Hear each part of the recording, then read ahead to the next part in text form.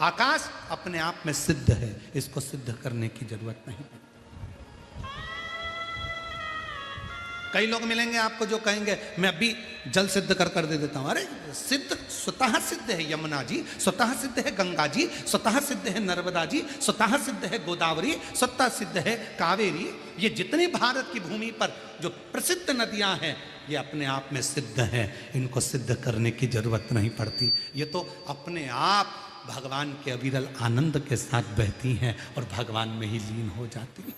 ये वो सिद्ध है, इनको सिद्ध करने की जरूरत नहीं पड़ती।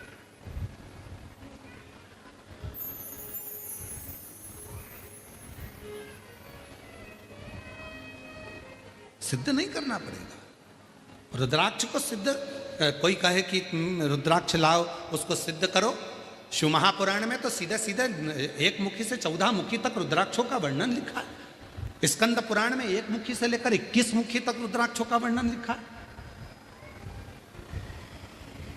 और उसमें लिख भी दिया, गीता प्रेस गोरखपुर की शिव पुराण लेकर आओ, उसमें रुद्राक्षों का महत्व लिखा है। उसमें लिखा है 1 मुखी रुद्राक्ष कैसे सिद्ध करना है, तो उसका मंत्र दे दिया, ये वाला मंत्र बोलना, बाबा को प्रणाम करना, रुद्राक्ष सिद्ध है। आखिरी में जब पूरे 1 मुखी से 14 मुखी तक जब पूरे रुद्राक्ष हो गए, तब नीचे भगवान शंकर शिव उवाच, भगवान शंकर माँ पार्वती से कहते हैं, हे पार्वती, ये मेरे नयन अश्रु से प्रकट वृक्ष का फल है, इसको सिद्ध करने की जरूरत नहीं है। हे पार्वती, ये स्वतः सिद्ध रहता है, स्वतः सिद्ध,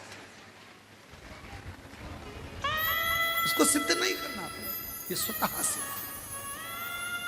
कोई कह देता है हम पानी को पढ़कर दे देते हैं, हम पानी को सिद्ध कर दे देते हैं, हम जल सिद्ध कर दे देते हैं, हम भस्म सिद्ध कर दे देते हैं, हम भभूति सिद्ध कर दे देते हैं, हम नारियल सिद्ध कर दे देते हैं। नहीं, एक पत्र है, उस माँ ने ये ढोल भेजा है, नगाड़ा, उस माँ ने, जरा देखिए पत्र देखिए। मेरा नाम दामनी बजरंग लभारे, मैं बालापुर या बांकापुर, देख लेना जो भी हो आप लोग समझ लेना, पढ़ लो जरा क्या लिखा है। बांका की बाला, तुम समझ गए ना, बस जाने दो। जिला अकोला की रहने वाली हूँ, मेरा मोबाइल नंबर ये है। मेरी शादी को 5 साल हो गए थे, संतान का सुख नहीं था, डॉक्टरों का इलाज करवाया, 2 साल तक गर्भ नहीं ठहरा।